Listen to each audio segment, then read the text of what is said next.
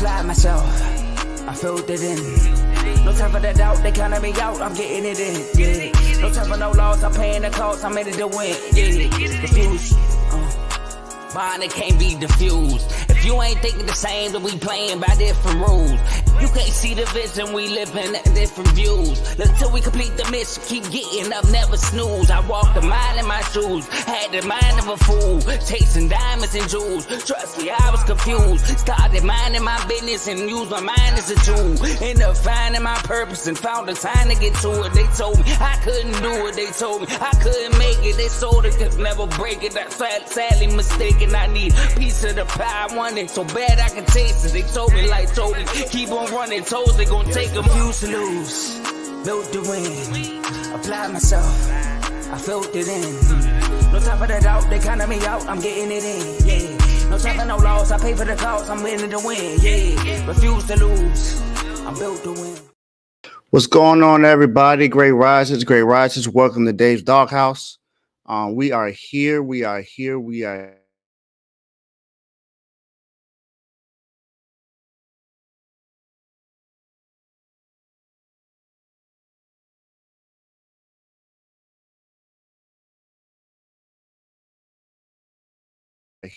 me go ahead and up.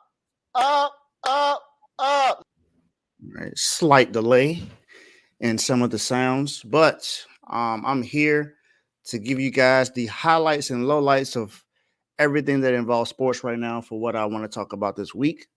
I am live right now on Facebook, YouTube, and X. So if you're on Facebook, make sure you like, share, subscribe. Same thing on YouTube and X. Make sure you like it, repost it as well. Or it's like how we used to say retweet it. But I'm not by myself today. I got a special guest coming on the show with me today as well. Can't wait to talk about everything that's going to go on today. Can't wait to see what his reaction is going to be to everything I have. He's usually the one that does the videos and everything for me. He's the guy that started everything, of course. So before we get started with the videos, let me go ahead and introduce my guest, and it is Mr. Joe Jordan himself, Mr. R2L. What's going on, Jody? What's up? What up, Dave? What's going What's on, up, Doghouse family? How you doing today, sir? Blessed and highly favored. I'm happy to be on, and I appreciate the invite. Let's get it. Sir. No, I mean, no problem, no question. You always invited, sir. I mean, at the end of the day, this is the network you started. It's your show, though, so you have a full authority. You're right. But man, I'm excited to talk about everything that's going on today. This is Memorial Day weekend, I guess. So we got some things to bring you guys some memory. So we're gonna go ahead and get started with who could be finally out. So as everyone knows, we have a doghouse. We have a plethora of people in there right now. You got Franz Wagner. Still got the All-Star, game in there. That might be in there until they figure out what they're gonna do with that. The Cowboys, of course. I mean, I don't see any reason why they should be out. They didn't make any major moves. Sam Howell, I mean, I guess he should be out. I mean, he is now a backup in Seattle, so I guess I could get him out of there a few times. But there's some people that may just be there forever just because they make some of the dumbest decisions, like Colin Cowherd. You got Shohei Ohtani's former. Actually, I think he needs to be out because I think he needs to be in your done son. I don't think he's going to see daylight anytime soon. So you got that. But we do have a team that will be out of the doghouse today. This team was put in, and they were put in recently, and they didn't start the year off well, even though we've known this team to be one of the best teams in in baseball. And if you can look on the screen, you see there's only one baseball team on there, so it shouldn't be that hard to figure out if you're tuned in. That is the Houston Astros. Houston Astros have gone on they won 5 of the last 7 games, so they're starting to come alive a little bit. So I think it's only right to be able to have them get out of the doghouse now. I know Teddy might not like this because he's people that wanted them to be in the doghouse because they started off they started off this season terribly. I think they only had like 14 wins so far out of like 50 games, so that's not good. But they're starting to turn things around, winning 5 of the last 7, I believe, or it could be 6 of the last 8. But they've been starting to play a lot better now. I believe some guys are starting to get healthier. They're starting to play better as a team, defensively, offensively. Pitching is starting to improve a little bit more. So, shout out to Teddy and Tomo, of course. You know, Teddy first to comment. What's going on, Teddy? And then Tomo has a question. Why is Sam so close to the star? I noticed that. I was like, dang. Well, I don't think it matters anymore because he's now a backup in Seattle. Or I mean, it's not even clear that he's a backup. He could very well be fighting for the starting spot. At least that's what I've been hearing.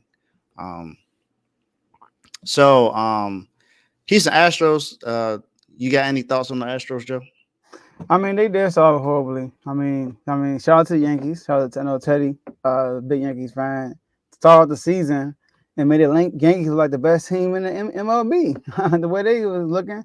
But then they turned around and got a no-hitter against Toronto. So I thought they deserved to be dogs for that one. But then they turned around and got smacked by Kansas City. You know, like they had a bad start, like you said, but it's starting to come along. And I like how you're rewarding guys. You're not going to – because they went on a – how many game winning streak you said? I think that was like a 5-game win streak. And then they lost – a game or two, and then I think they won 6 of their last 8. So I think it was on a 5-game win streak, and then lost 2, and then won the next one after that. I see. In the last 16, they are 12-4. Yeah. So they're looking good, and I like that's one thing I like about this show is that like you reward guys when it's time to be rewarded, and you dog them when it's time to get dogged. Exactly. And I tell people all the time, it doesn't matter who you are, no matter what sport you are. You do something bad, you can be in the doghouse. But if you recover, then we'll get you out of there. Like the Boston Bruins, that even with them being up there, I had them in there, and this was after they won the game to make it a game 6. And I said, hey, if you tie it, if you make it a game 7, I'll get you out. And they lost game 6, so that's why.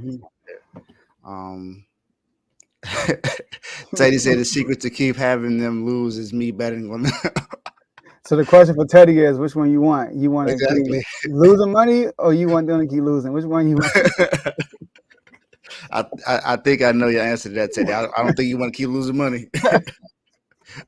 So it's a lose situation. There you go. So now we get to go ahead and go to the next segment. And it's the start. It's where this is the part where everyone wants to see pretty much. Who are the new members of the doghouse? Who could possibly have done something or said something or didn't do something that could cause them to be in the doghouse for this week? So the NBA the NBA playoffs is going on right now. And the finals will start June 7th, I believe, June 6th or June 7th on ABC. Right now, it is the conference finals. Right now, we have the 4 teams that we know that are there right now. We got the Mavericks going against the Timberwolves, and the Mavericks are up that series 1-0. And then last night, the Celtics just took a commanding 2-0 lead against the Indiana Pacers. Pretty much dominated from the third quarter on. They were up as much as 17 in the fourth quarter. But this is not about the Celtics. It's not about the Mavs. It's not about the Nuggets. And it's not about the Pacers. This is about a team that won the title last year. And their head coach had an interesting thing that he said at the end of Game 7 in his post game. I believe it was the second question that was asked to him about them having a 20-point lead. And he didn't take it well. Mike Malone. The reason why Mike Malone is here is not because of the season that they've had. It's not because they lost against the Minnesota Timberwolves in Game 7. I picked the Timberwolves to win that series, so I'm not going to fault him for that. For me, it's all because of how you responded last year after you won the title, after you beat the Lakers and everything. You pretty much felt like you were on top of the world. You know, you were answering everything. You were trolling the Lakers and everything.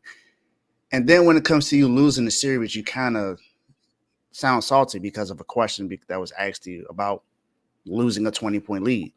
For me, and the rest of his interview was fine. I just didn't like that part. Because for one, you got to answer the question. It's not a bad question it's not a bad question that was asked. He said he didn't like it. He called it a dumb A question for one. And it was just like, just answer the question, guy, or just go or just say next question and go to the other thing else. I mean, the response wasn't necessary. It's not like the reporter to me was trying to antagonize him or anything. He just asked the question because he wanted to know what was his thoughts on that process. The same thing was asked to Jamal Murray. Jamal Murray just had amnesia. He didn't know exactly what happened. He said he couldn't remember. So, as the coach, you pretty much gotta handle that a lot better, man. What's your thoughts on what I just said, Joe? Yeah, man. I agree with this right here. The question was basically, you know, how do you lose 20? How does it feel to lose a 20-point lead in the Game 7 like this? And he said it's frustrating. That's a dumb question. I wouldn't have been so mad if he would have just said it's frustrating with an attitude, because you know, at the end of the day, you know, I don't mind trolling as long as you stand up in that podium and talk also. You know, like I don't mind that. And he stood at the podium, but the problem was he called it a dumb question, which it wasn't a dumb. Like he said, it was not a dumb question. It was a legit question, because usually in Game 7s, it's a close game. It's like back and forth the whole game, or you just get blown out. It's rare that we see the home team, the defending champions, get a 20-point lead in the third quarter, and then proceeds to get killed after that and lose almost by double digits. So I think once the Timberwolves got the lead, we all felt like it was over after that, because this has so much momentum. Definitely, especially after Rudy hit that fade. After Rudy hit that fadeaway shot, we was like, "Yeah, it's over. It's over." Because you don't see that happen. Rudy, for those of you who don't watch basketball, Rudy Gobert is a center. He's only known for blocking shots and getting rebounds. He's a 4-time Defensive Player of the Year. Whether he deserves all 4, I mean, that's debatable. We're not here to talk about that.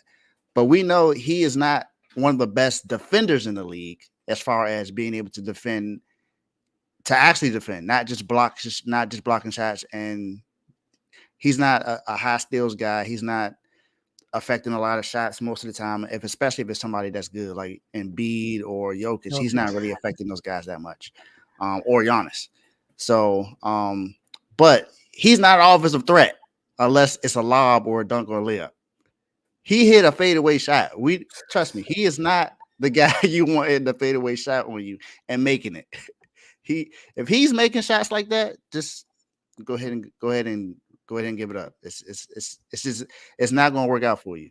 So that's what happened during that time. And then, like I said, and then about the Nuggets, they were averaging about 115 points in the 3 wins that they had in that series. The loss, they were averaging about 85 points. So that was just a great defensive effort by the Timberwolves in those 4 games that they won. But the Timberwolves, you're looking a little shaky after game 1. So be careful. You might end up here. Somebody went to Rudy Gobert 2K slides and put his mid range shot all the way up to 100. This man looked like Dirt Nowitzki on that play. He put his leg up and everything. I was like, dang.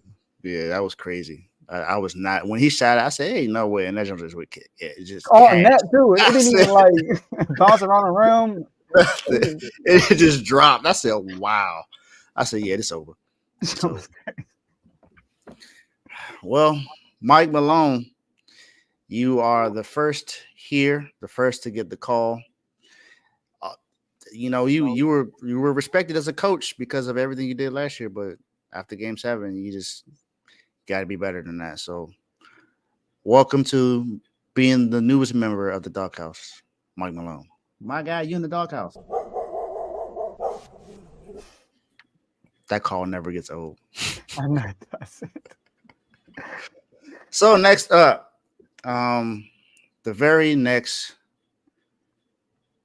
thing I have to talk about when it comes to being in the doghouse in sports is I don't just put people in there for low lights, like as far as bad play, or just because of what an analyst says.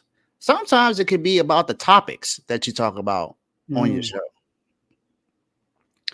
We are huge fans of, First Take, ESPN, First Things First, Speak, The Pivot.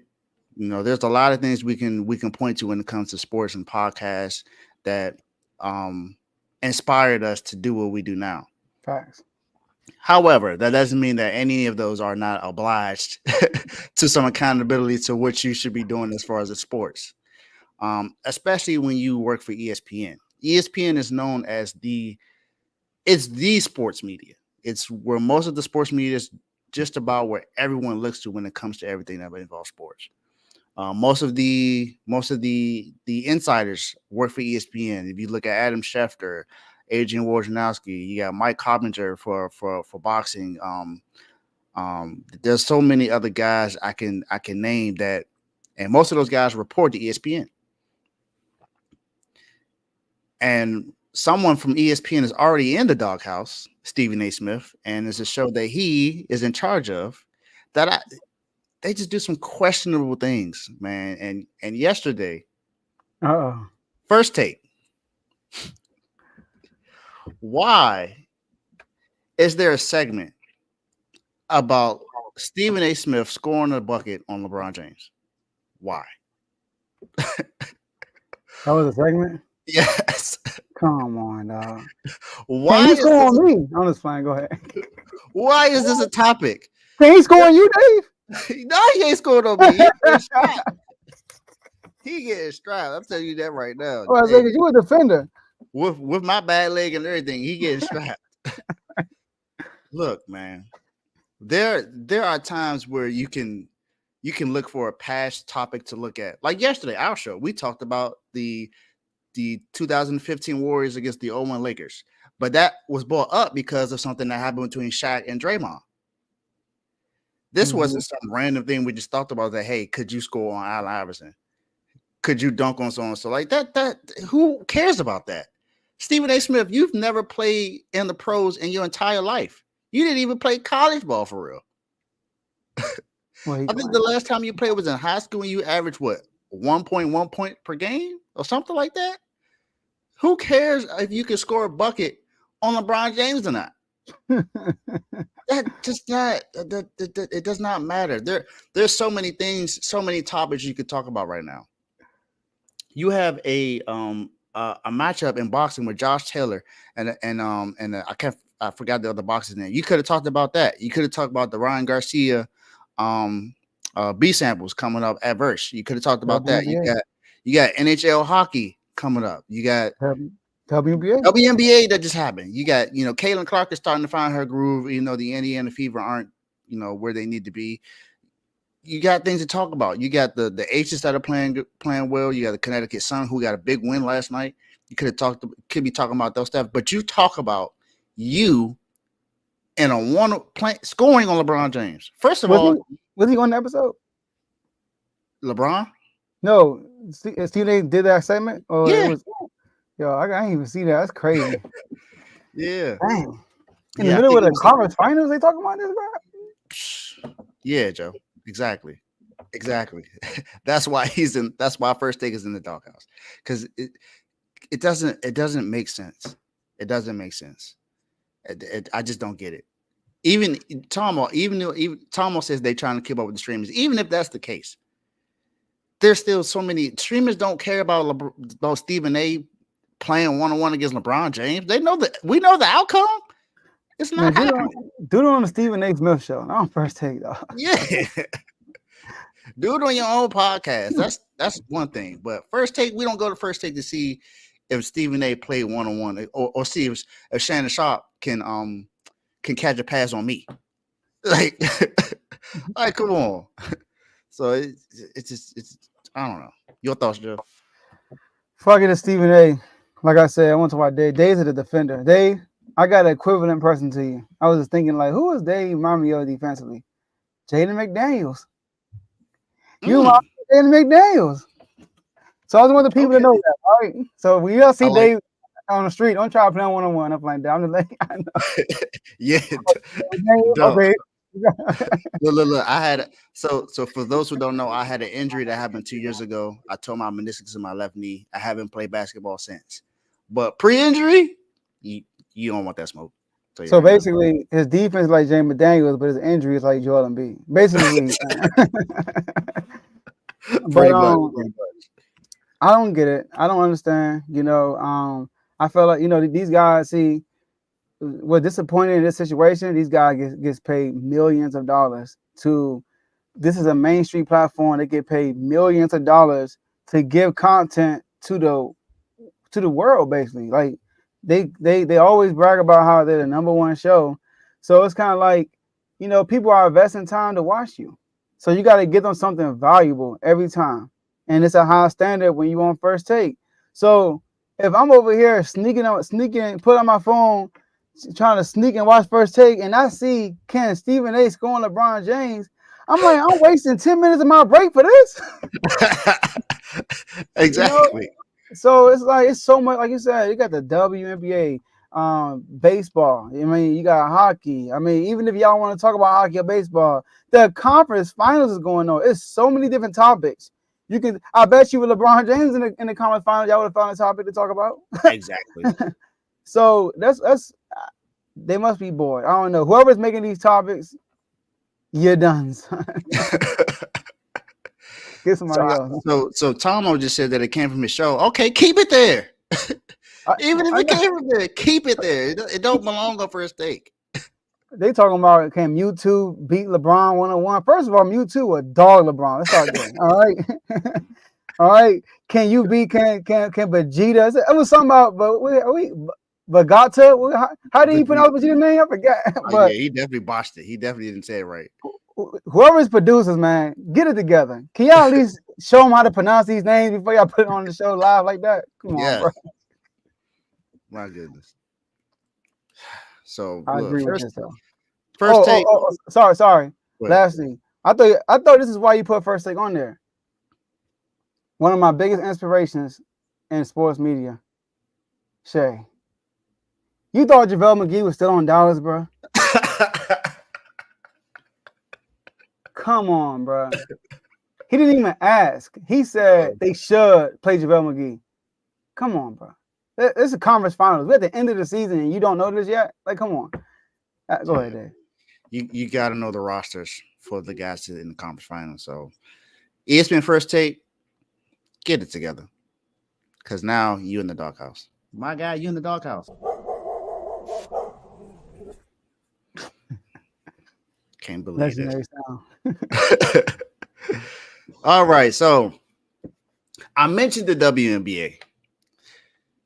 I mentioned Caitlin Clark. And even though she's starting to find her groove, her team is not playing well right now. Let's just be honest about it. And I get it. They were the number one overall. They had the number one overall pick. And they were able to draft her. But they also have a good tandem with her and Aaliyah Boston.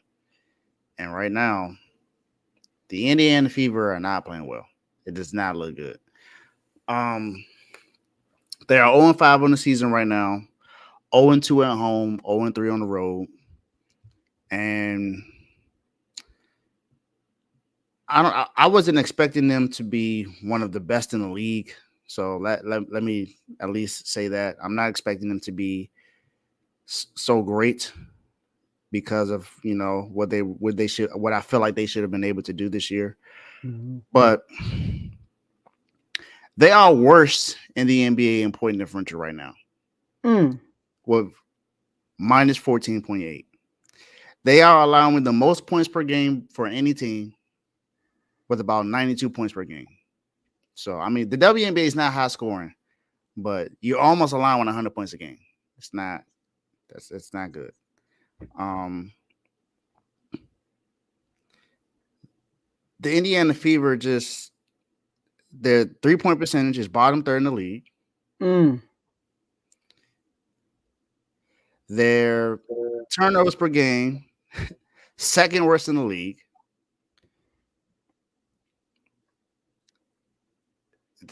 I'm not sure what's going on in Indiana. And then when it comes to turnovers, oh no, I said that already. Field goal percentage is also a bottom 3 in the league. So their bottoms are almost everywhere, and in the WNBA, and it's just not looking too good right now. It's still early in the season, but it's not like the WNBA has 82 games to play. Once the season starts, pretty much every game counts just about for the WNBA. And now you have 2 more teams that's going to be added within the next 2 seasons. The Indiana Fever they got to pick it up somehow. I'm not sure if it's coaching. I'm not sure if it's just the adjustment to the WNBA for Caitlin Clark, who actually has a high turnover rate right now. Mm-hmm. I think she's averaging maybe like 5 or 6 turnovers a game. Yeah, 5.6. She's starting to find her groove as far as 3-point shooting and scoring. So it's starting to get together, but the wins got to start piling up now. Indiana Fever, I'm not saying I expect y'all to be 5-0, but at least 2 wins, and some of these wins have been blown out as well. I think when you played against Sabrina in the Liberty, Caitlin Clark got pump faked, and then just Sabrina just cashed the 3 on her. There's so much going on with Indiana. I thought that they would be playing at least a little bit better now with Aaliyah Boston. We know Aaliyah Boston was when she was with South Carolina, and then you pair her with someone like Caitlin Clark who can spread the floor. But they got to get together somehow. Joe? Mm-hmm. Yeah, and then like you said, it's a lot of factors that goes to this. Number one, they were the worst team last year. That's number one. Number two, Caitlin Clark is still a rookie. You know, like she's adjusting to the physicality, which we all thought would happen. But you know, she's 15th in scoring right now, 8th in assists right now. But she is first. She averages the most turnovers in the WNBA, and a lot of that, you know, I mean, like I said, it's early. They just had a close game against who they almost beat.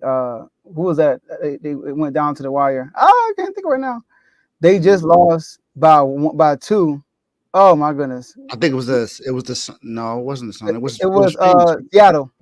Seattle. Okay, yeah. Yeah. So and they almost beat Connecticut too. They played a close game against Connecticut. They played a close game against Seattle, and like they were actually Kenny Carr had a clutch. She had a clutch bucket, and then Seattle I think they had a turnover in the game. So something happened, but Kenny Carr has been better. Like that last game she played, she had 21, 7 and 7, only 3 turnovers. Mm-hmm. You know.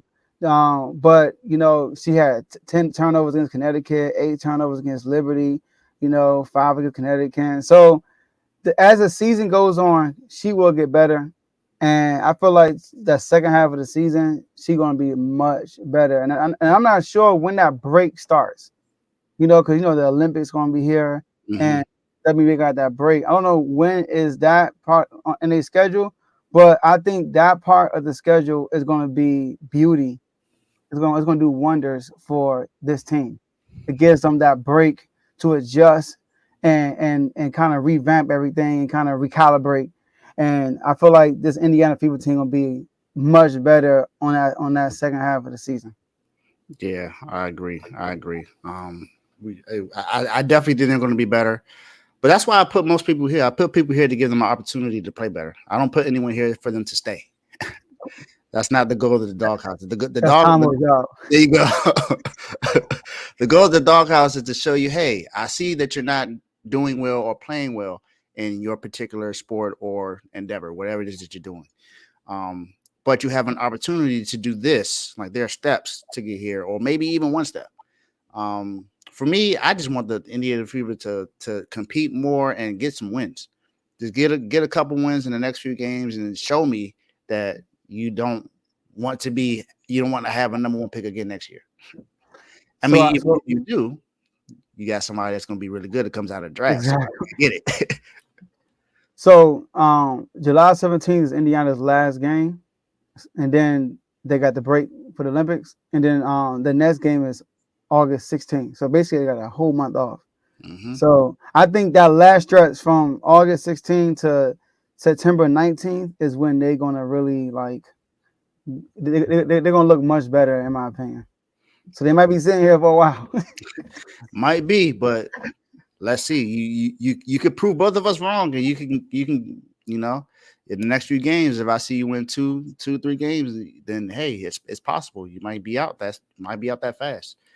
But I mean, if you go 0-8, then sorry. Whew. So Indiana Fever, and as you can see, look, anybody can get it. Doesn't matter what sport. Men, women, don't matter. Shout out to Adrian Broner. There you go.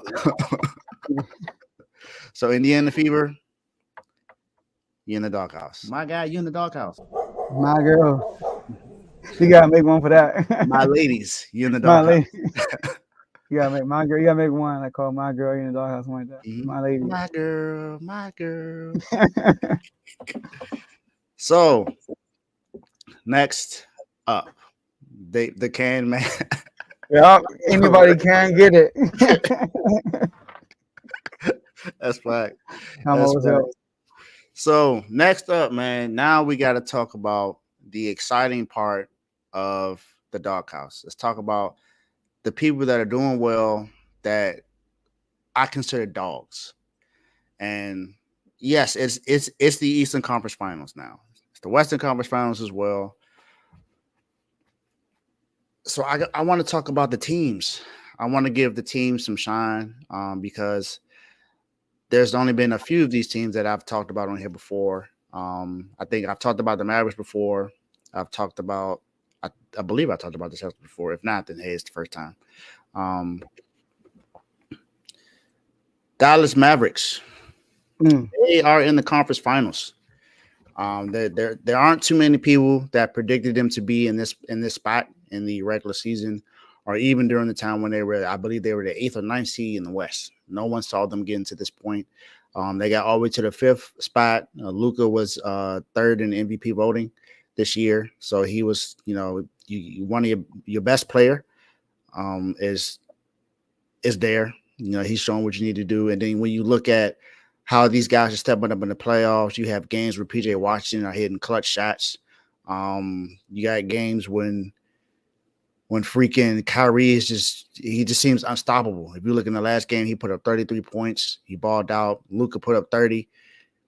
You got guys like Tim Hardaway Jr. who will step up in a game or two. Derek Lively hitting good shots, getting blocks.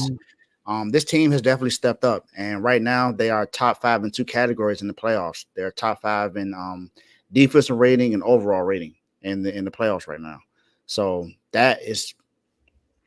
I was actually shocked that they weren't top 5 in offensive rating from what I saw, but it's definitely good to see because I don't think anyone predicted their defense to be top 5 in anywhere because of what they did in the regular season.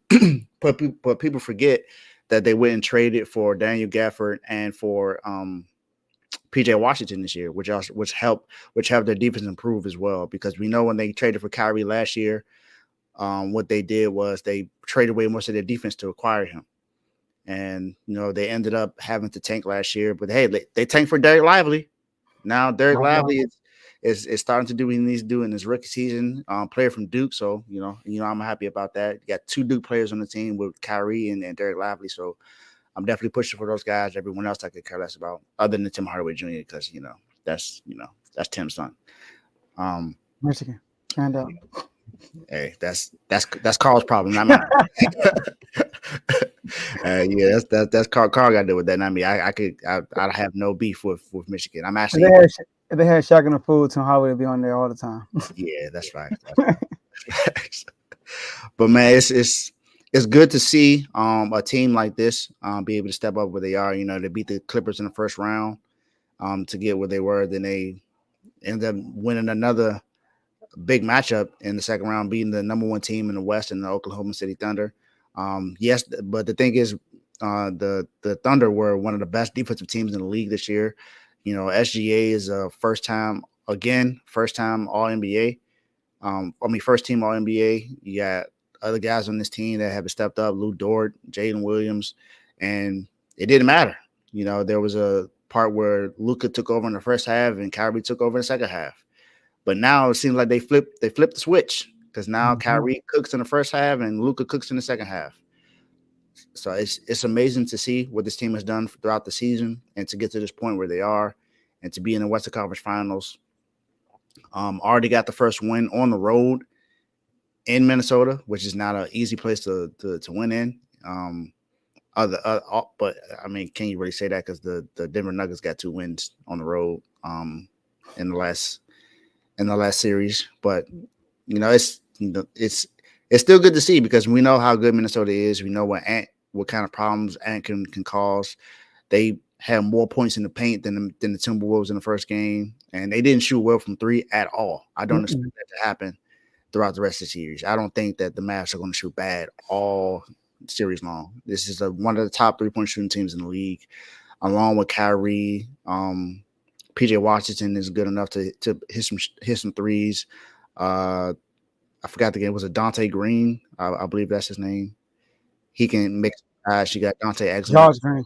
Josh Green. Okay, so that's why I was getting those 2 mixed up. So Dante Exum and Josh Green can hit some shots as well, along with Tim Hardaway Jr. Of course, Luka. We know what he can do when it comes from, if he gets half from 3. So, Joe, your thoughts? Yeah, they also top 5 in point differential in the playoffs. They top 5 in points allowed. They're top 5. They actually 5th in point differential, 5th in points allowed. They're 4th in rebounding and 1st in blocks. So, and I'm pretty sure they first in alley hoops. Yeah. But this team, man, I think Luka needs to get a lot of respect, because you know, people don't like the way he plays, like his style of play. His usage rate is high. He don't play defense. You know, he don't do the little things. Luka has been doing everything. I mean, we all saw the lob he blocked in the last game.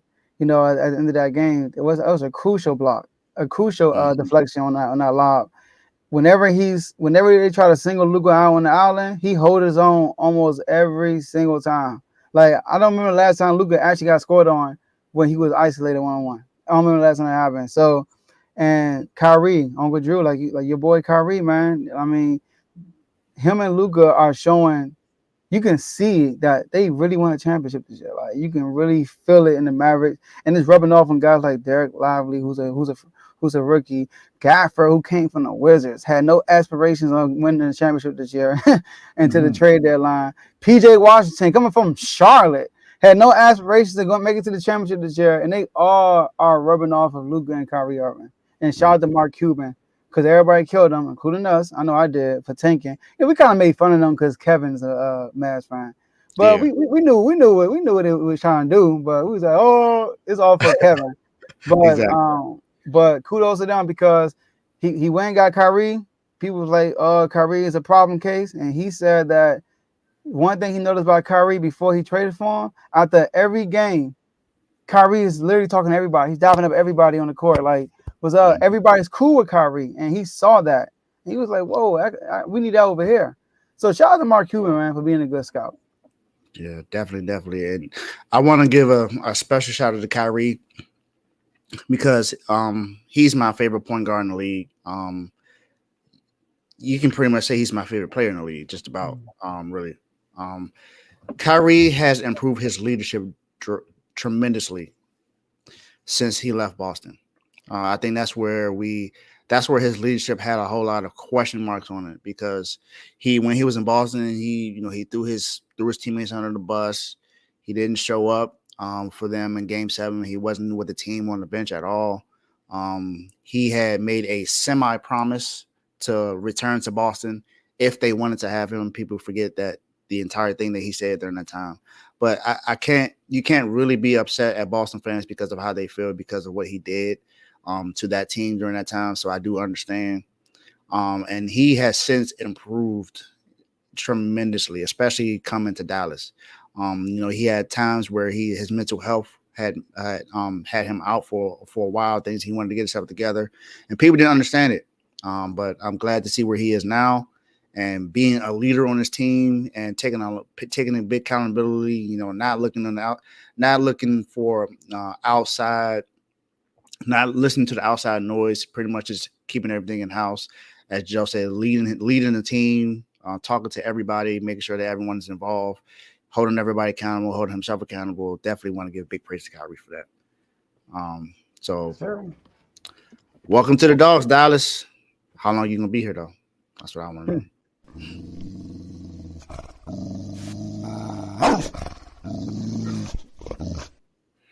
All right, next up, and you have kind of sort of seen some of the comments in here of the guys on this team. Of course, it's a Celtic. Of course, it's a Celtic fan, and this is a troll. Joe, I really wish you was there during that time when Javon was saying all that wild stuff in the chat. It made no sense to me. But this team has been by far the best team in the league this year. By far. It hasn't even been close. Whether I want to say this or not, it hasn't been close. I am a Miami Heat fan, so it pains me to talk about this team the way that I do. But I have to be honest, and I have to tell the truth when it comes to the Boston Celtics. Boston Celtics are dogs, man. Let's just be honest about it. The Boston Celtics have done everything they needed to do to be where they are. They had the best home record in the league. Had the best record in the league by far. I don't think anyone was even remotely close. I think the Thunder in Denver had 57 wins. Celtics are the only team to have 60 wins this year. Only team. They are right now top 5 in every category in the playoffs. Top 5 in offensive rating, top 5 in defensive rating, number 1 in overall rating. I believe they're tops in 3-point percentage shooting. That's where they were in the regular season. They're the same way in the playoffs right now. Jason Tatum led this team in points, assists, and rebounds this year. He led them in those 3 major categories. Jaylen Brown is a dog. Let's just be frank about it. He attacks every single game. He's not settling for anything. He makes sure that he attacks all the time. You won't see him take a lot of jump shots. He's going to make sure he takes it to the paint and try to draw some fouls and get people in foul trouble. He does a lot of things that you like in a star player. And people were questioning his contract that he got this year. He got a $300 million contract this year. And for me, even though he didn't make an all-star an all-NBA team, I feel like it's been paid off just because of this year. He is the reason why the Celtics are as good as they are in the playoffs right now. It's because he has been the aggressor. Along with Derek White having some great games as well. And Tatum has been Tatum. Let's just be frank about it. Tatum has been Tatum. He's not shooting good in 3-point percentage right now, which is the lowest in NBA history right now. I believe it's like 26.8%, which is not good. It's bad. But you have guys like Drew Holiday who have stepped up. Kristaps Porzingis has missed 8 straight playoff games, and they are still beating teams. They beat the Miami Heat 5-1 in the first round. I mean, there was no Jimmy and no Terry Rozier, but either way, more than likely a lot of people were going to pick them to win that series. Other than myself and other Heat fans, of course, we would rather have had Jimmy there. But either way, they are taking care of business. They're doing what they're supposed to do. In the second round, when they played against the Cleveland Cavaliers, they beat them in 5. Donovan Mitchell had played in the first 3 games, and then he missed the last 2. Jared Allen didn't play in any of those games. Now, look, the Celtics getting coaches fired now. JB Bickerstaff JB Bickerstaff is gone now. Exposing it. Donovan Mitchell might be gone. Darius Garland might get traded. We don't know what's going to happen. They might blow up the team just because of what happened against the Celtics. Joe Mazzulla definitely is. He was in He was in the conversation for Coach of the Year this year for having the Celtics where they are. We all know the Oklahoma City coach got it, but Joe Mazzulla was there. We questioned a lot of stuff that he did last year in the playoffs about bad timeouts and stuff like that. Seems like he corrected all of that in the playoffs this year. And right now have a 2-0 lead against the Indiana Pacers. And a lot of people will say it's because that Tyrese Halliburton got hurt. But to me, I don't think that made a difference. I think they were going to win that game anyway. To me, it just seemed like they were able to do what they needed to do. So the Celtics they've been playing phenomenal this year. And right now, what we all want to see is, can they win it all? I think that's the biggest question. We know how good they are. We pretty much feel like they're gonna win this series against the Pacers, unless something crazy happens. And it's the NBA playoffs, so it's bound to happen. But you got to give praise where it's due. On the number one team in the NBA so far in the regular season and in the playoffs right now. So, Boston Celtics. Joe? This is how good the Celtics are. In the first half of last game, Tatum had 4 points. His opponents, the people he was guarding one-on-one, scored 5 out of 7 buckets on him. He finished the game with a team high in turnovers. He shot 14% from 3. Opponent scored 12 out of 17 on him. He had a team high of 25 points allowed, which is allowing 70%. So he was by far probably one of the worst players. Pacers also shot 52% from the field. Mm-hmm. And they still blew him out. I mean, you know what I'm saying? I mean, they got a really good roster. Shout out to Brad Stevens. Like, he really, once he became a GM, he just went crazy on that roster, man. Every year he improved that roster. So yeah. They and then on top of that, Joe Mazzulla had all those questions, and what he do? He built up the coaching staff. like this dude is just doing his thing, bro. He got multiple head coaches on his staff. One of their assistants already got a job. Yeah. Shout out to Brad Stevens. He's the real MVP of this team, in my opinion. Yeah, man. Brad Stevens did a phenomenal job. Coming from being the head coach and going upstairs. At first having Ime Udoka there. We know what happened with the Ime Udoka situation. Now he's in Houston. Joe Mazzulla, who was his assistant, becomes the head coach, takes him to the East Conference Finals. And yes, they lose, but they're back here again this year. So back-to-back Eastern Conference Finals. So that's 3 straight seasons. They've been in 3 straight seasons they've been in the East Conference Finals. And like you said, the roster has improved. He went and got Derek White from the Spurs. Went and got Drew Holiday last year. Marcus Smart is no longer there. Got rid of the injury problems that they had with Robert Williams being gone. What was the point guard's name? Oh my goodness! Point guard? Yeah, he was a guard. I can't remember his name. He was a backup, pretty much. When last year? Yeah. He was injury prone as well. I can't remember his name. I think one of the Celtics fans may know who I'm talking about, but he got traded him as well.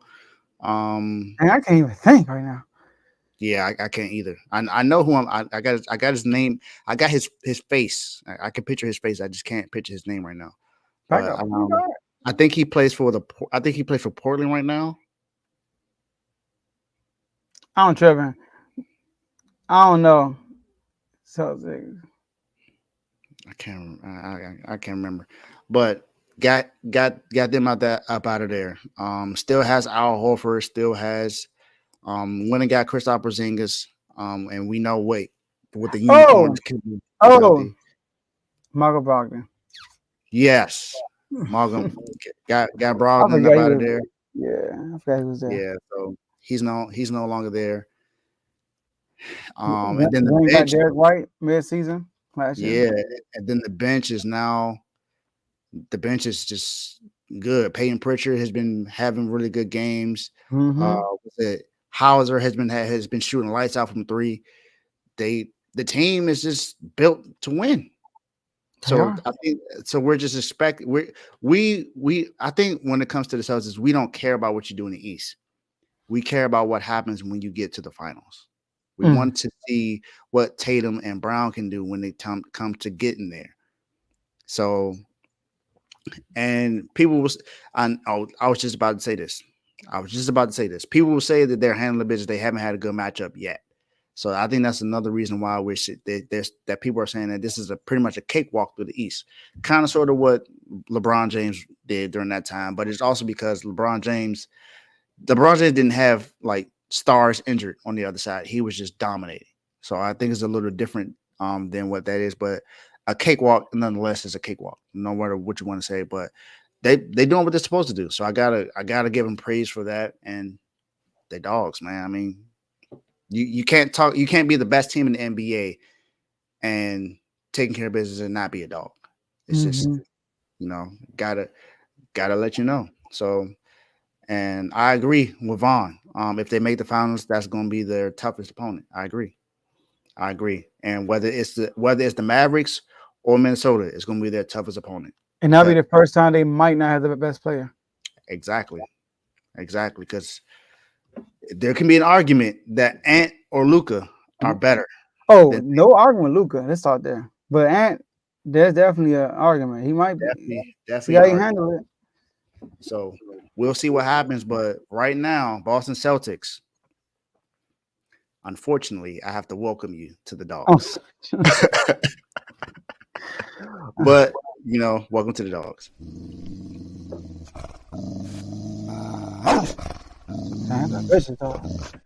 Yeah. Okay, so I've talked about two of the teams in the conference finals right now. I got to talk about another one.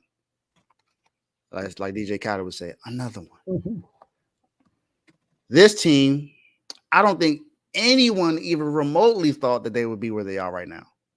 I don't think not one person that I know, other than the two Pacers fans that we know, and even they, I don't think thought that they would get to this point. The number one scoring team in the NBA by far this year, the Indiana Pacers. Indiana Pacers are in the conference finals. First time they've been in the conference finals since Paul George was on the team, which was a long time ago. And they've been led by Tyrese Halliburton, Pascal Siakam, Miles Turner, Nembhard, Nesmith. Even though one of their best players, Benedict Mathurin, is hurt, he's not going to play in any game. He's out for the rest of the season. They got to this point. First round, played against the Bucks, beat them in 6. With Giannis not playing in any game, of course, and then Dame missing. I believe Dame missed 2 games in that series, but they won. I think I'm one of the few people that picked them to lose against the Bucks, even with Giannis not playing, because I felt like, I just felt like the team was inexperienced, and that Dame would be able to make way, along with having other guys like Brook Lopez on the team. I can't think of none of the other players' names, and I know them. Chris Middleton. Chris Middleton. What's the eyes? John Porter. Yeah. So Bobby Porter. And it's just to me, it's amazing that a team that was not known for their defense is in the conference finals. And the first 2 teams they went up against are, well, I can't say that, Milwaukee was a defensive team, because they were not this year. They were a bad defensive team this year. Terrible. They lost the defense when Drew Holiday got traded to Boston. Then you got to think about the second round matchup when they played against New York. They went up against Jalen Brunson, Dante DiVincenzo, Josh Hart. And yes, Julius Randle wasn't there, but Julius Randle was gone a long time ago. Mm-hmm. So I'm not going to count that against the Pacers in this. Now, and when you look at the end, you look at OG got hurt in the game. He got hurt in the series, but he played. He played in the series. He got hurt. He played in the last game, and he only played 4 minutes in the last game. And that was it for him. Brunson broke his hand in the last game as well. But at the end of the day, the Pacers took care of business as well. I picked the Pacers to lose that series, and they won that in 7. And they won it in blowout fashion in the last game as well. They shot crazy from 3, and it was just nothing no one could do. Dante DiVincenzo had games for the Knicks, but it just wasn't enough for them to be able to get past the Pacers. And the Pacers are now down 0-2 to the Celtics. Yes, they are. So, I guess maybe they're probably the least deserving to be dogs right now because they're down 0-2. But still, they're here. For me, this is all about what they were predicted to do in the regular season and, what most thought would happen in the playoffs, even with these injuries. And it wasn't really a serious injury until OG got hurt for real. But even then, most of us still thought that Jalen Brunson and Josh Hart and guys would still be able to get them out the way. And Tyrese Halliburton was like, nah. So they're here now, down 0-2 against Boston, but they've had a great year this year to be where they are offensively and to be in the Eastern Conference Finals. Joe? Yeah, they are the best offensive team in the NBA. Basically, their offensive rating actually increased. They're the only team in the playoffs. I think the offensive rating increased in the playoffs. All right, so they had 120 offensive rating in the regular season. Right now it's 121, but their defense is like one of the worst. Their defense actually got worse. They allowed the second amount of points in the playoffs behind the Suns. A lot of people say because of their pace. Well, they have the 4th worst defensive rating behind the Suns, Milwaukee, who they played. That's why Milwaukee defense probably look bad.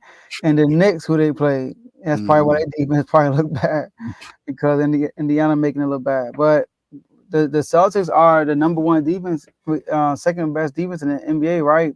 The Pacers are still scoring on them. Even when that stretch when Tyrese Halliburton was out at the end of the game, they was still scoring. Like, they just couldn't get stops. That's their Achilles heel. It sucked to see that Tyrese Halliburton is hurt.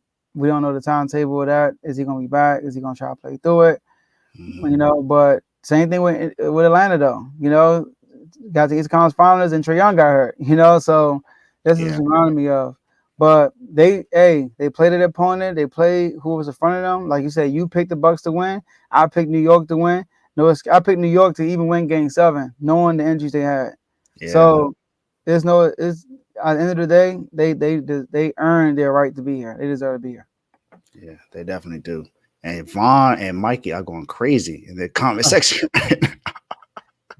But hey, that's between them two. That's all about them. Yeah, I agree. They won't be the same without Holly. But I thought they were going to lose that game even with Holly playing. Honestly, to me, it just felt like the Celtics were they answered everything. It doesn't matter what it was. Jaylen Brown was just and Drew Holiday.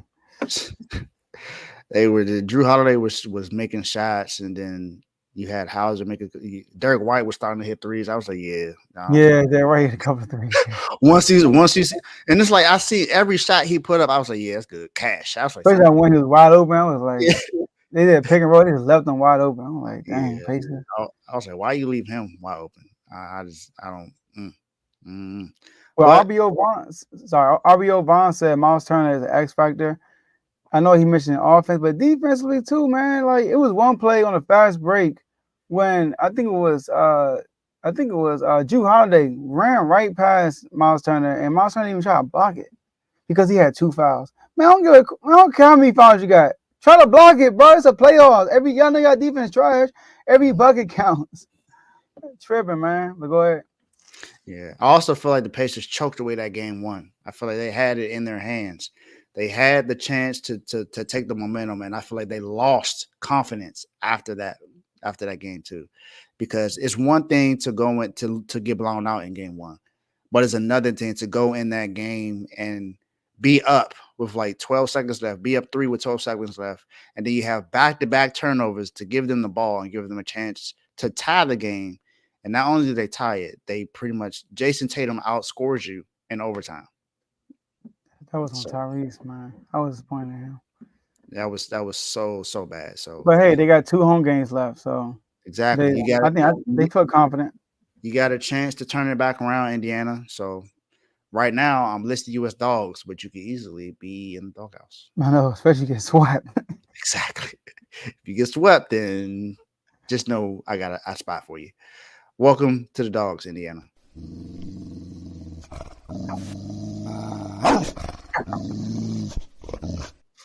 It's crazy. I got the women's team in the doghouse of the guys team. Dang, they're gonna look at you. They're gonna start. Women gonna go at you, there. Hey, look. As far as I know, one team is 0-5, one team is in the conference final. So hey, that's all I can say about that.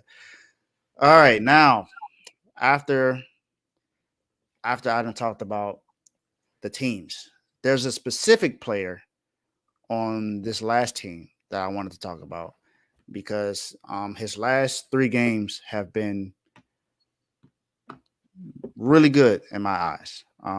He's done what he needed to do, and he's helped his team throughout this time, being one of the best defenders. He made one of the All NBA defensive teams this year, which is going to help his contract whenever he's due for one. And this was the number 1 defensive team in the NBA this year.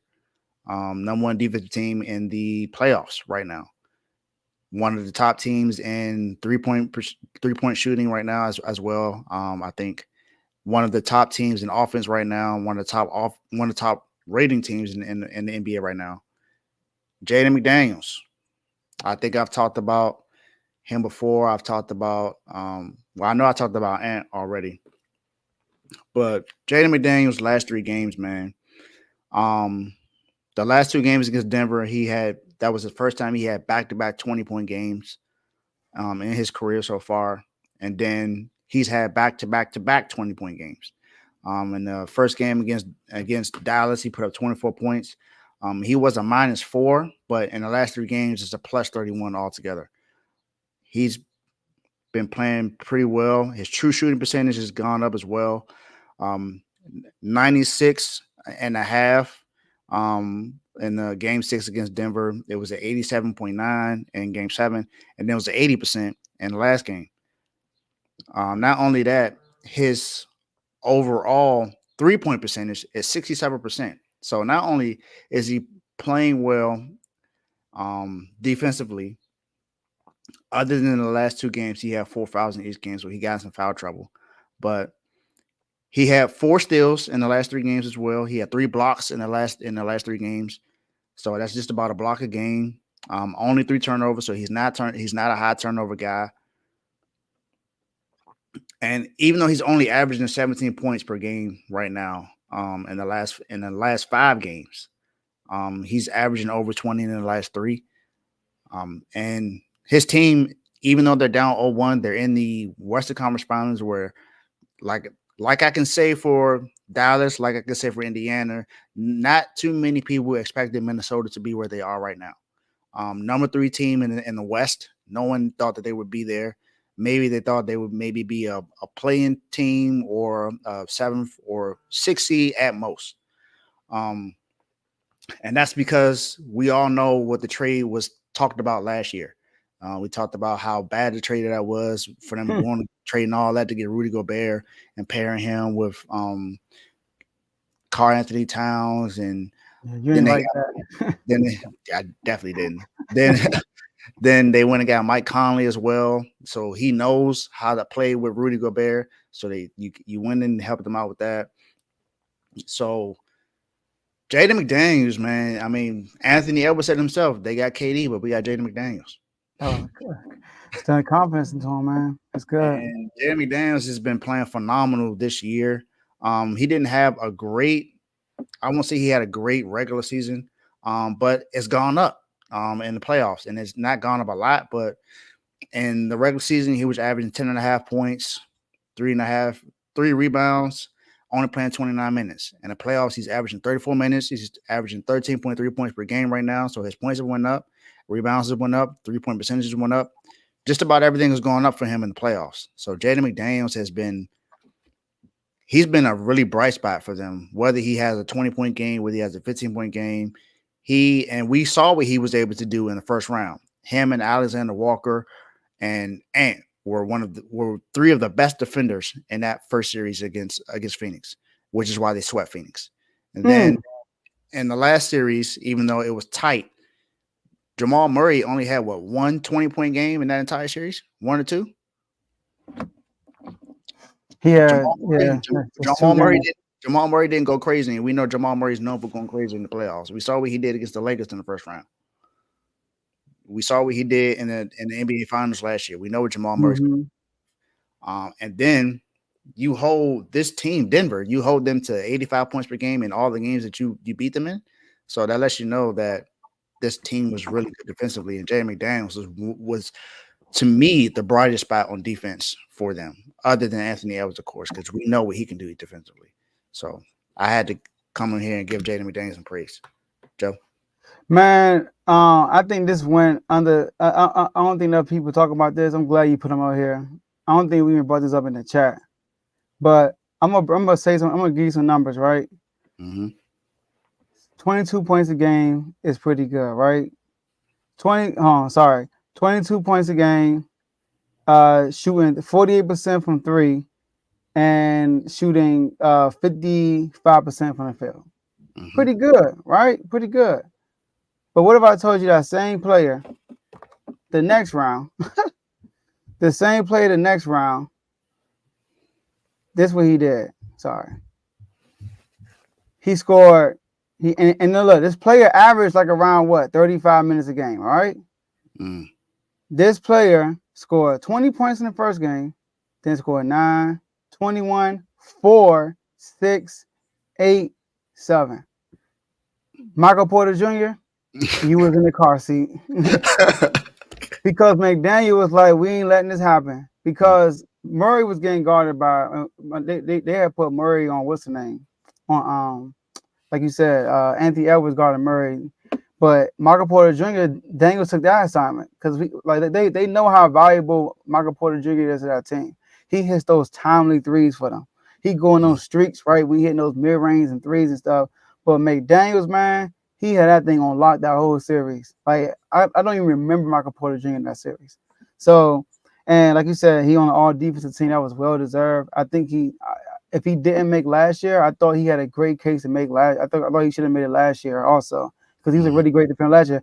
I like how last year he came out and said that he is the best defender in the league. He came out and said that last year. So he's been a good sidekick to Anthony Edwards. You know what I mean? He's been a good sidekick to him. I like that he's young, just like Ant. I think they came in at the same time, if not they're a year apart. But as far as pro years, so keep this duo together, man. Let them grow together in Minnesota. It's going to be one of the best backcourt defenses in the NBA. Yeah, absolutely, man. This team is definitely impressing me.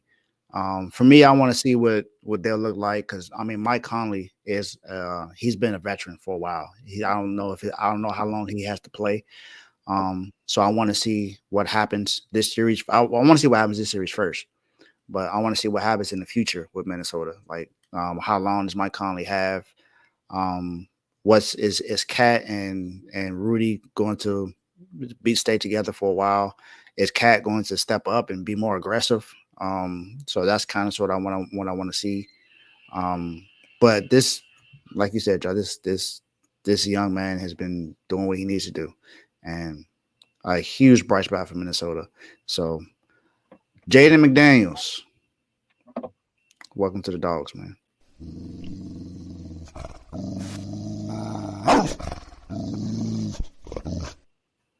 All right, last but not least,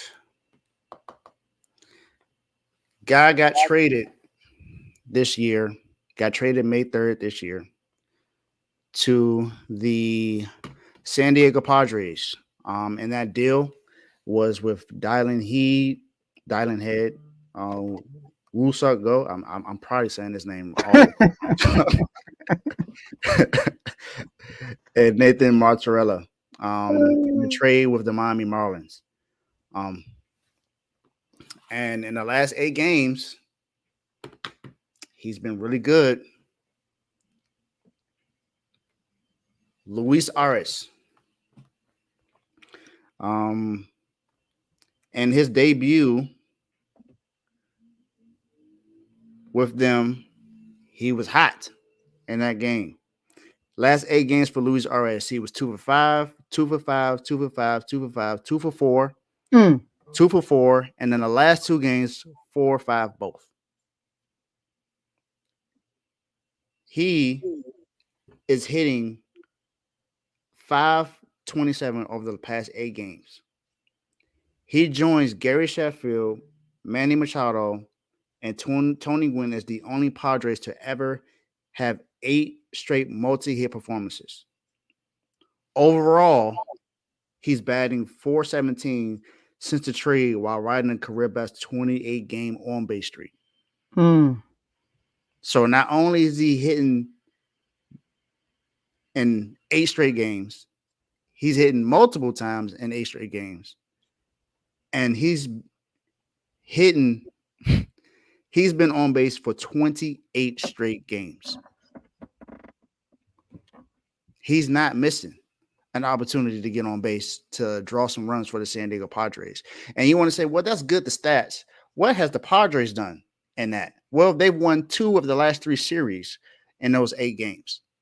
You know, they lost one series, which was just a 2-game series. They lost that.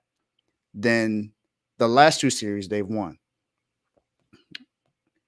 So they lost the series against the Colorado Rockies. Then they beat the Atlanta Braves. Then they beat the Cincinnati Reds in the last 2 series. Mm-hmm. And he only has 1 home run this year. So it's not like he's a slugger. He's not doing a lot of that, but he's drawing 31 runs this year. His average is 34.1 right now. So it's higher than 317. It's 341 right now. Mm-hmm. So it's not huge numbers. It's just right now he's starting to get hot. Got out of Miami. Miami Marlins have not looked good this year. Let's just be frank about it. There are a few teams that haven't looked good. That have been pretty much either been up and down or just been down all year. The White Sox are starting to improve as well, so which is really good. The Oakland Athletics are actually playing really good. And, you know, I talked about Mason Miller already, but this guy for San Diego Padres, I think there was a poll that was in the chat of who would win a World Series title between the San Diego Padres and the Milwaukee Brewers. I feel like it's even. Either one, I think, could have an opportunity, especially with this guy that the Padres have acquired. And one thing we could say about the Padres is they always spending money, but they ain't doing nothing for real. That's what happened last year. They spent a lot of money, but nothing happened for them. So is it going to happen this year? That's my question. What is he going to continue to contribute this way? It seems like it to me because he's been on base for 28 straight games. He's having an 8-game hit streak right now, 8-game multi-hit streak. So, Joe, what's your thoughts on this? Yeah, I think he's deserving. Not only he's having a good stretch, he's having a good season. He's second in batting average behind Ohtani. That says a lot. And he's first in hits in the league, and second is Ohtani. So anytime you beat Ohtani in any type of batting stat, you're doing a really good job. Right, let me just say there. All right. So like you said, that he having a great stretch, but he's also having a really good season. But like you said, he's not a slugger. He only got 1 home run for the year. Like, that's crazy. Yeah. That's crazy. I think we almost at 60 games, and he only has 1 home run. So yeah, I look at the top players with the top batting average. He has at least. I mean, everybody in the top 50 has at least 3 home runs. He's the only one that only has 1. You know, so that's crazy. So not a slugger, but hey, he'll draw in some runs. He got 31 runs, so that lets you know he's doing something. Mm-hmm. So, Luis, man, can you be the key to the Padres getting to where they want to be, to where they aspire to be? Not saying that you got to be Ohtani, but your contribution to this team. Can your contributions allow them to be able to make the World Series and possibly win it all?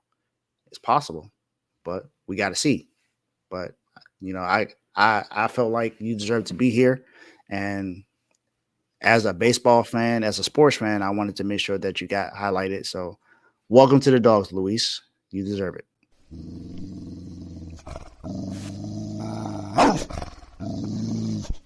Yeah, he's definitely a guy that's like when the base is loaded and you see him coming to the plate, you're like,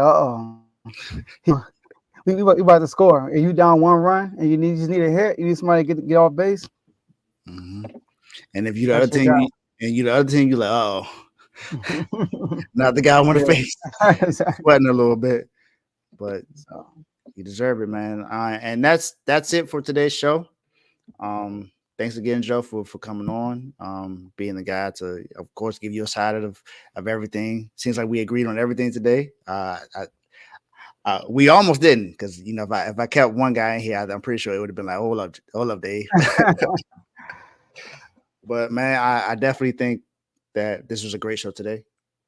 So shout out to both of us. Shout out to you for coming on today. I normally don't do this, but last words. I do. I didn't tell you this, but I do have a honorable and dishonorable mention. Oh, okay. Let's do this. Okay, let's do this dishonorable mention first.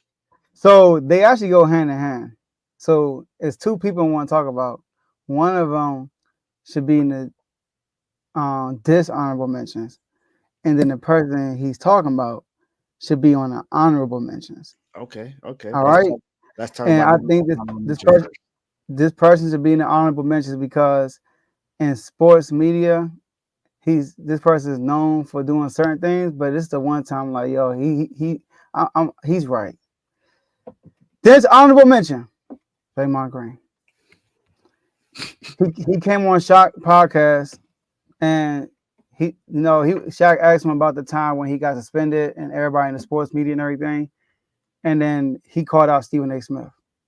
He said that he knows Stephen A. Smith personally, and when people go to Stephen A. and say, "Oh, Stephen A. is this," he be like, "Well, I know the guy. The guy is actually a really good guy. Like, I don't just say, oh no, he cool. I say like I actually know Stephen A. and he's a really good dude. He's one of my good friends.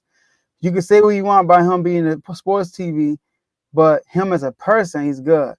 And he felt like Stephen A. didn't do the same thing when it came to Draymond suspension situation, when people saying anger management. He said that Stephen A. didn't basically take up for him like he was for Stephen A. And then Stephen A. gets on air, and he was 100% right there. He said, every time we talked about Draymond, I always say, I think y'all crazy when y'all talk about anger management. He always said Draymond the person is not a bad person. He always covered up Draymond as a person. He always and then he'll get to the basketball part of it. And it was times when Jay Will would say that he need anger management. He was like, "You tripping, Jay Will? You tripping?" And then after the Rudy Gobert chokehold, he was like, I mean, I still think it's too far to do anger management, but I can't defend it because you got evidence to show like so Stephen A. basically said he was out of control. And then Draymond even came out and said he need help. He came out and said that. So Draymond kind of like got mad at Stephen A. But my whole thing is like, why would you put your good friends in those situations anyway? Instead of getting mad at them for commenting on your crazy actions, don't do the crazy actions. Hey. And then, so Stephen A.'s problem was he should have called me and told me he actually had a problem with me. If you really had an actual problem with me personally, don't go on Shaq podcast. If you really know me, call me and tell me.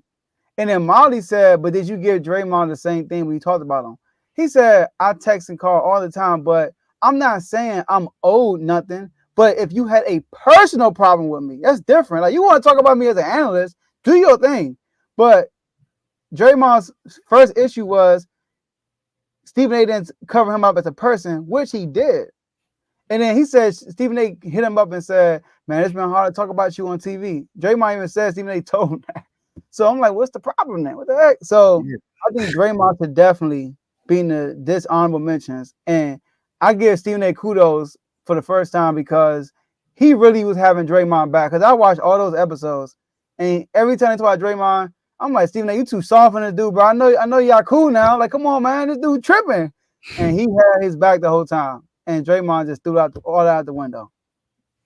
Wow, Dre. I can't even say I'm surprised. You done said a lot of wild things since the season has ended for the Warriors, man. You know, said that the Pacers are just a regular season team, just an 82 game win team. And look, they're in the Eastern Conference Finals. So you got that. Then you said another crazy thing yesterday. You said that you think that they should start Kyle Anderson and bench Rudy Gobert. Come on. He said Minnesota lost confidence against Denver. Yes. Oh my gosh. They went and won 2 straight in blowout fashion. Exactly. Then I think he was another thing that he said that didn't make sense to me. Well, he did say he could front shot and stop him from getting the ball. That was crazy. Yeah. That too. So you know what, Draymond, you definitely deserve to be in a dishonorable mention because you take the mic away. Take the mic away. Take the mic away, man. Just relax. But Draymond, you're dishonorable mention, man.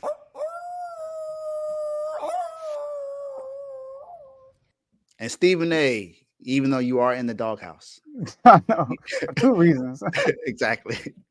You are, a honorable mention for this week. So I'm actually going to give you the doghouse, the dog house growl instead of the cry.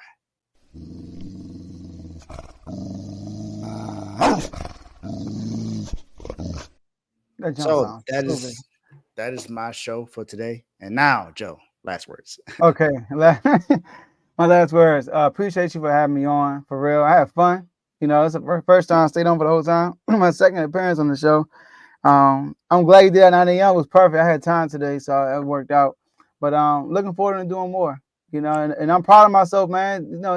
Had some WNBA talk today. We did some little baseball, man. Teddy, hey. Yeah, hey, get Joe on some more, man. Get Joe on some more. He let me know. I could throw a little something together. Just let me know. But I appreciate you. No problem, man. Always glad to see you here. My last words is see you later on today, 7 p.m. regular R2L Show. Can't wait. Definitely excited about this. Everyone have a good Memorial Day weekend. Enjoy the game tonight. I think it's going to be really exciting to see. So see y'all next time on Dave's Doghouse.